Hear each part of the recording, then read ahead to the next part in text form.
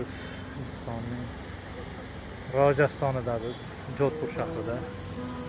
Aholisi zoda bu yerda festivalda konsert beradi. Demak, mana bu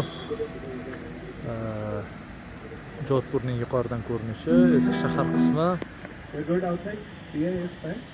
Mana bu qadimgi saroy, ark. Bu yerda bugun ochilish marosimi bo'ladi. Va Gulzodaning konserti esa mana bu sahnada 5-iyunda, 5-oktyabrda bo'ladi, xudo xolisa. Sahnada erta tongda bo'ladi. Erta tongda va biz yarim tunda chiqib kelamiz bu yoqqa. Ovoz sozlashga, texnik jarayonlarni olib borishga. Xo'p, bu esa yana o'sha